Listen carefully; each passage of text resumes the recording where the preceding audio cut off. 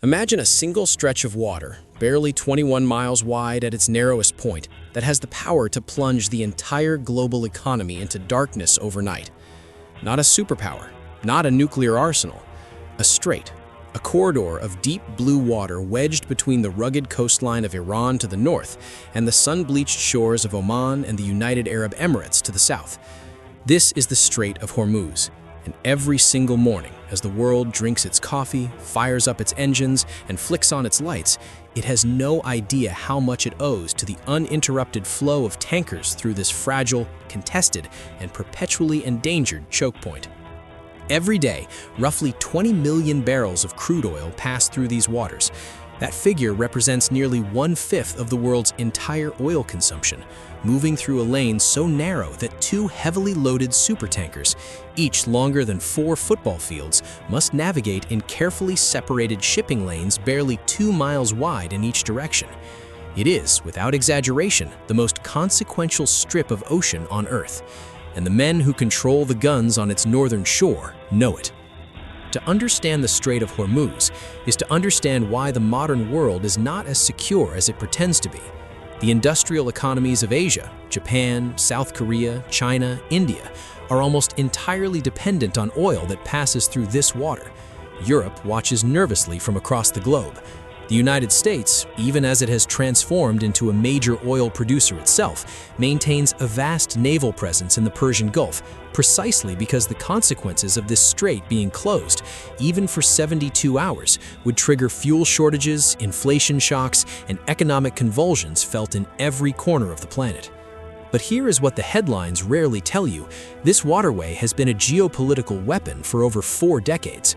Long before the world started paying attention, the rulers of the region understood that whoever threatened the Strait of Hormuz held the world by its throat.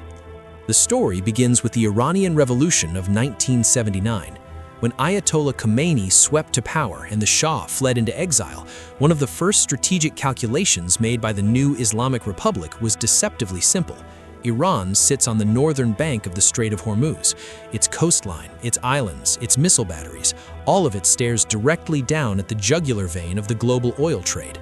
Within months of the revolution, Iranian military planners began to see the strait not merely as a shipping lane, but as a lever of immense geopolitical power, one they could pull whenever the outside world moved against them. During the Iran-Iraq War of the 80s, that lever was tested for the first time. In what became known as the Tanker War, Iran began attacking oil tankers in the Gulf, targeting ships that carried Iraqi oil or those belonging to Arab states supporting Saddam Hussein. Mines were laid, missiles were fired, insurance rates for Gulf shipping skyrocketed. The United States eventually began escorting Kuwaiti tankers under the American flag, a direct military intervention to keep the oil flowing. The message was understood on all sides. The strait was not just a waterway, it was a battlefield. What followed over the next 3 decades was a slow, methodical, and largely underreported military buildup by Iran along the northern shore of the strait. The Islamic Revolutionary Corps, the IRGC, developed what military analysts now call an asymmetric strategy, a doctrine specifically designed to confront and neutralize the overwhelming conventional naval power of the United States. Dozens of small, fast attack boats, anti-ship missiles buried deep in the Zagros Mountains, capable of hitting a moving tanker from over 100 miles away. Underwater mines, thousands of them stored and ready for deployment. And on the strategic islands of Abu Musa and the Greater and Lesser Tums, islands seized by Iran from the UAE in 1971 and never returned, military installations that give Tehran eyes and firepower directly over the shipping lanes below. This is the architecture of a trap that has never been sprung, but that everyone in the region lives with every single day. To truly grasp how precarious this arrangement is, consider the mathematics. The 2-mile-wide traffic lanes through the strait are fixed by international maritime agreement. There is no alternative route for supertankers. The Saudi East-West pipeline can carry some oil overland to the Red Sea, and the UAE has constructed its own pipeline bypassing the strait to the port of Fujairah, but these alternatives carry a fraction of the volume. In a genuine closure scenario, the world cannot simply reroute, it waits. And while it waits, oil prices explode.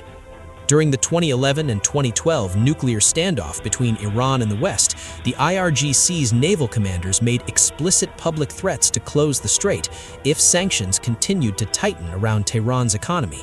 Iranian warships conducted exercises in the Gulf of Oman. Admirals appeared on state television and promised that not a drop of oil would pass through the strait if Iran was prevented from exporting its own oil. The price of Brent crude spiked, futures markets trembled, American aircraft carriers moved in closer, and then the crisis stabilized, the diplomatic channel reopened, and the tankers kept moving. But stabilization is not resolution. The conditions that made those threats possible have never been dismantled. They have, in fact, intensified. The nuclear deal of 2015, the Joint Comprehensive Plan of Action, was supposed to be the architecture of a new era. Iran would limit its nuclear enrichment. The world would lift sanctions. Trade would resume. The pressure on the strait would ease. And for a few fragile years, it did. But in 2018, the United States withdrew from the agreement under President Trump, reimposing sweeping sanctions on Iran's oil sector and daring the world to keep doing business with Tehran.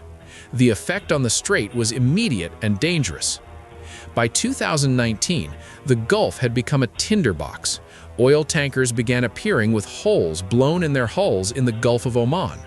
The attacks were sophisticated, targeted, and deniable, the signature of a state actor trying to send a message without triggering open war. The United States and its allies pointed directly at Iran. Iran denied everything, and the shipping industry quietly began paying what some called a war risk premium, an additional insurance surcharge that acknowledged, in cold financial language, that sailing near the Strait of Hormuz now meant sailing into danger. Then came the summer of 2019, and the world came closer to a direct military confrontation in these waters than at any point since the tanker war. A British-flagged tanker, the Stena Impero, was seized by IRGC speedboats inside the strait, its crew held captive, its cargo frozen. Britain's response was furious but limited. A diplomatic protest, a shadow vessel of its own seized in Gibraltar. No shots were fired, no war was started, but the message had been delivered with startling clarity.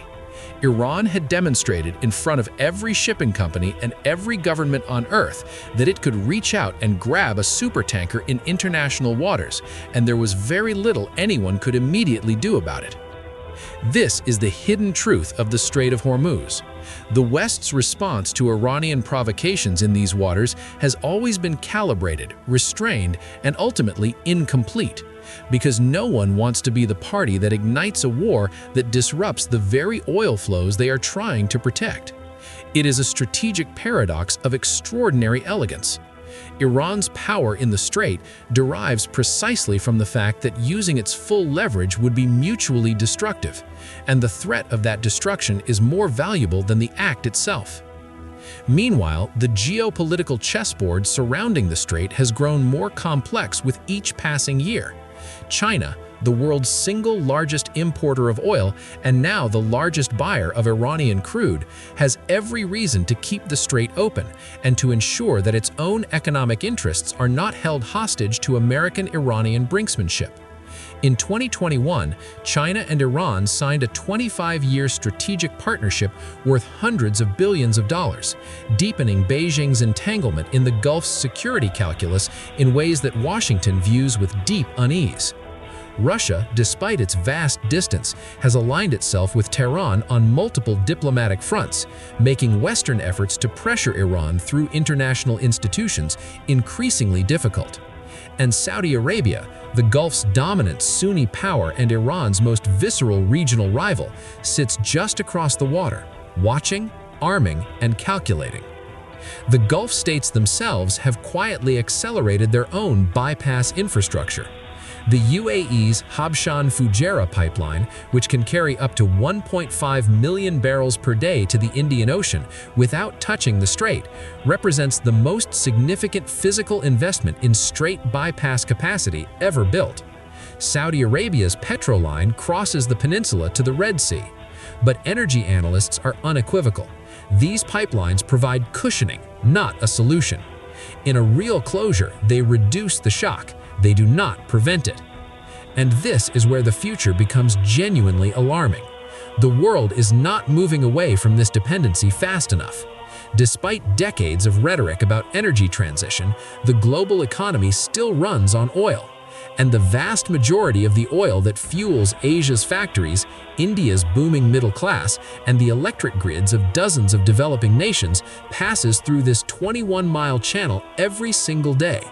The green energy transition, however necessary and however accelerating, will not liberate the world from the Strait of Hormuz within this decade, possibly not within the next two.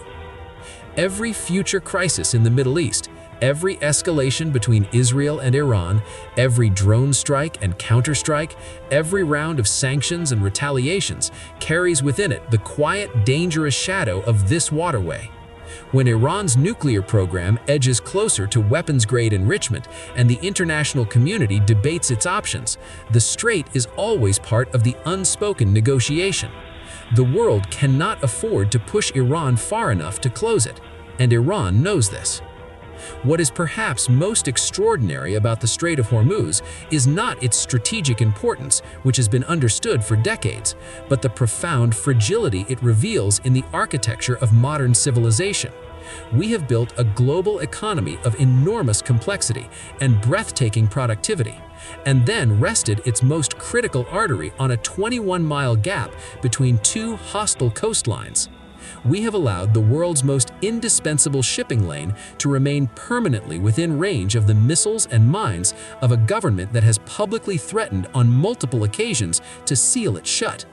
This is not an accident.